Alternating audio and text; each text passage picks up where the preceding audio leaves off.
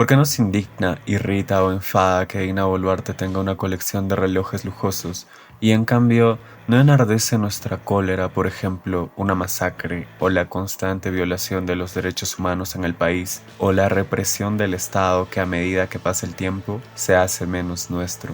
Si tú también te has preguntado esto, quédate hasta el final de este video y tal vez encuentres un camino a tus propios cuestionamientos o una respuesta que amplíe tu horizonte. Como siempre les digo, todas las fuentes usadas están en la caja de la descripción del video por si quieren profundizar más estos conocimientos. Ahora sí, empecemos. Primero, quiero retrotraer la figura del besamanos. El besamanos era el saludo que las diferentes corporaciones solían dar al rey en ocasiones especiales como el advenimiento de un rey al trono o como en el cumpleaños del rey. Como en las demás ceremonias europeas, el besamanos llegó a Lima con los virreyes, quienes, en las efemérides especiales, aguardaban tal saludo por parte de los distintos sectores de la élite. Las personas creerían que esta ceremonia murió con la República, pero no. De hecho, el besamanos continuó durante toda la República aristocrática y el segundo gobierno de Leguía. Tras la caída de Leguía, se pensaría también que los militares, más serios y sobrios, habrían descontinuado esta ceremonia, pero el besamanos no desapareció, sino que la junta militar que asumió el poder lo retomó sin ni siquiera cambiarle el nombre, que ya de por sí acarreaba una carga arcaica. Todos los presidentes subsiguientes, ya fuesen de facto elegidos, continuaron con este ceremonial, algunos con más bríos que otros. De entre todos ellos se resalta la figura de Manuel Prado Ugarteche, el último aristócrata de la presidencia del Perú. Con el pasar de los años, el besamanos fue dejando atrás aquella pomposidad que causaba cierta gracia entre algunos sectores para volverse más sobrio, sin que aún así perdiese esa pesada carga de autoritarismo que lo define desde sus remotos orígenes.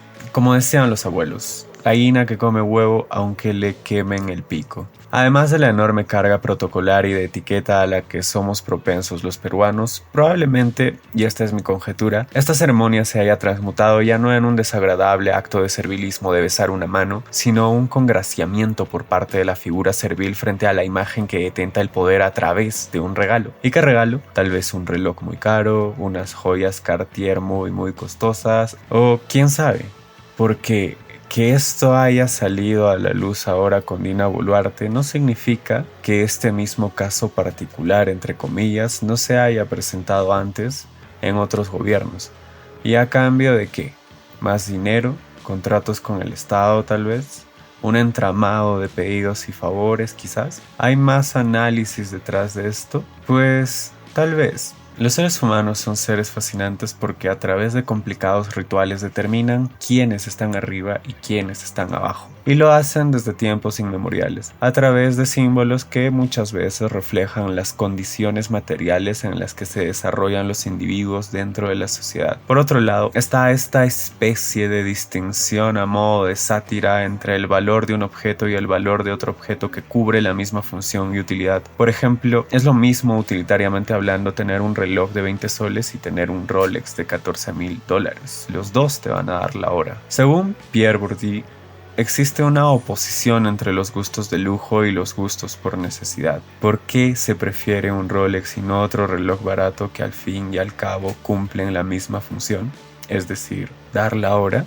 ¿Por qué Dina prefiere un Rolex y no, por ejemplo, un reloj del catálogo de Ésica? Pues porque la principal oposición entre los gustos de lujo y los gustos por necesidad se especifica en tantas oposiciones cuantas maneras diferentes existen de afirmar su distinción con respecto a la clase obrera y a sus necesidades primarias, o, lo que viene a ser lo mismo, cuántos poderes permiten mantener a distancia a la necesidad. Así, en la clase dominante, se puede, para simplificar, distinguir tres estructuras de consumos distribuidas en tres categorías principales: alimentación, cultura y gastos de presentación de sí mismo y de representación. Vestidos, joyas, cuidados de belleza, artículos de tocador, personal de servicio, etc. Esto le da al individuo en cuestión la idea de que pertenece a una élite selecta y vedada para muchos a los que las clases dominantes denominan como vulgares. En mi opinión, y esta es mi opinión,